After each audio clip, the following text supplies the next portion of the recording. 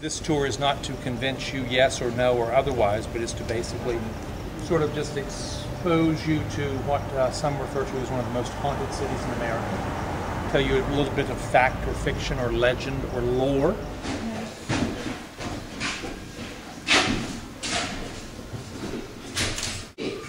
Charleston. A 150-pound wooden door would be bolted and locked. And they had no lighted camera lenses, folks. And no lighted cell phones. No, it was pitch black in here. And that's the way they would keep it even to the end of the jail. Very little electricity, not where prisoners were kept. You see, it's an age-old truth that spirits return to places familiar. And of course, even in a hellhole like this, it was wretched in here. We have no idea how many people died in here, folks. No records have been found 137 years. Did they just not keep them? Did so many people lose their lives, or did they just not care for this type of person that would end up in here? Paranormal investigations and individuals with audio equipment have picked up sounds you might imagine in a jail. Simply energy imprinted into the workmanship, heavy footsteps and doors open and close, and chains dragging on floors. They would be shackled and chained in here, absolutely. 2 at a time and 4 at a time, on occasion. And then there are those moments when voices are picked up, the sound beyond the sound, voices from another dimension. In here, the voices picked up on EVP recordings and audio equipment. They're all dead. They're all dead. You don't belong here. Get out of this jail. Get out now. Can you help? Can you help? It's too much pain. Voices, as clear as mine, faint, but yet they are picked up in here. It's just all about energy, folks. Now we're going to the oldest part of the jail and continue to take those photographs as much as you would like to. Follow me. Now, folks, it would be late December of 1819. And a criminal would be brought here. This criminal listed as the first serial murderess in the United States of America. A woman we know well in this area, and an absolute beauty. A tall woman, long raven black hair, pale ghostly white skin, and the deepest bluest eyes. And people would say that when they looked into her eyes, they were absolutely mesmerized. She had some power. This woman's name, Lavinia Fisher.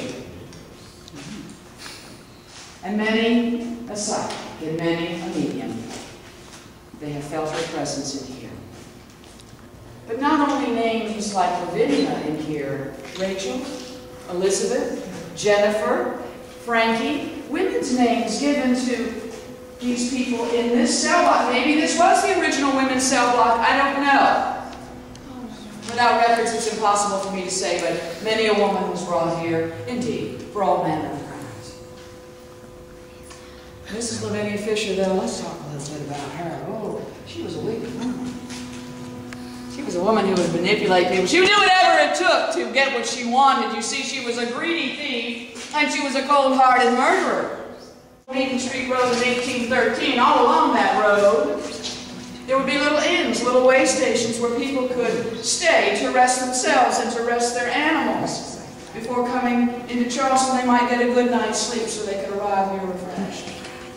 What this gang did is they headed out of the city, went 6 miles outside of town.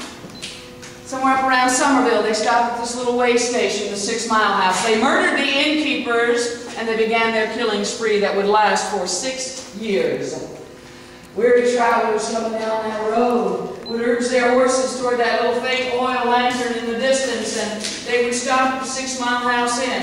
They would knock on the door a few times, and this pretty woman would answer the door, and she had this sweet southern hospitality. Oh, she'd invite folk in.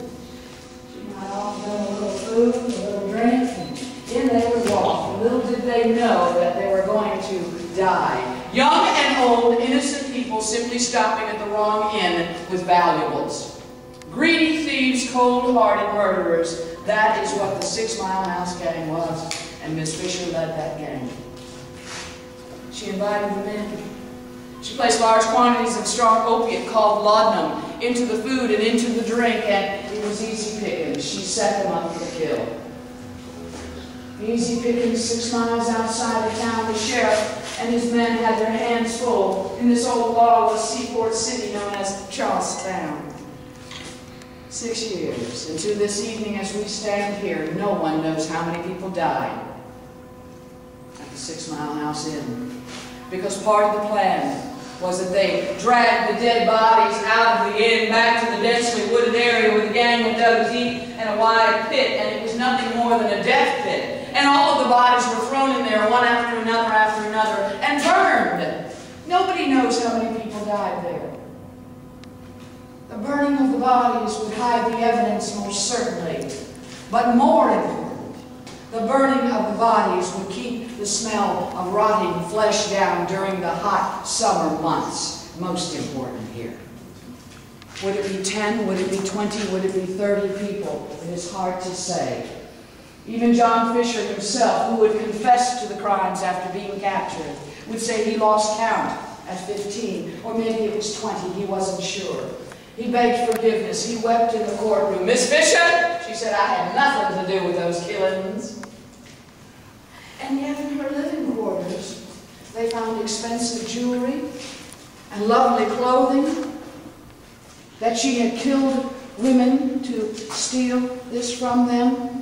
Mrs. Fisher was as guilty as sin, but she never once admitted to the crimes. Even to the day of her hanging on February 18th of 1820. Why, John and Lavinia were hanged on the same day in front of 1,200 people. The public execution area set up way down East Bay Street, about where that pretty new bridge comes down, and 1,200 people came to see them die that day. The judge so ordered that John was to be hanged first, right in front of his wife. Well, they had to hang John first, you see, because we were not hanging married women, not in the state of South Carolina. But we could hang a widow.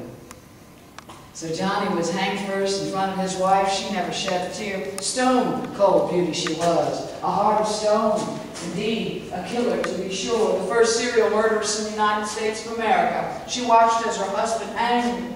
They pronounced him dead, deceased, and gone, and she at that point in time was a widow, and they got ready to hang her. The hangman ties her feet together, weights him down so that body would fall through that trap door just so, snapping the neck just right. They tied her hands behind her back, and the hangman was just about ready to put a cotton hood over her head and a gag in her mouth, but she turned and she said something to him, and he stopped what he was doing, and it was at that point in time that everybody in that crowd fell silent. All 1,200 people fell silent. And there had been no wind that day. It was a cold February day, to be sure, but no wind to speak of. And as soon as everyone fell silent, all 1,200, a strong wind came up and it swirled her raven black hair around her, and it fluttered that beautiful white gown she had worn to the hanging, you see. And everybody got the chill down the back, and everybody knew for sure they were cursed. This woman had some power. She was a witch, you see. And she looked out at every single person, and that is when she would speak these words to one and to all. If you have a message for the devil, you can give it to me now. For I know I'll be seeing him very, very soon.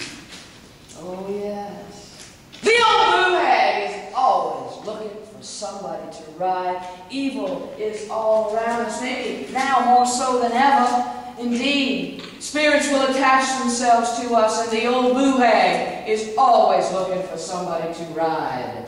When the tour's over, I'll remind you to tell the spirits to stay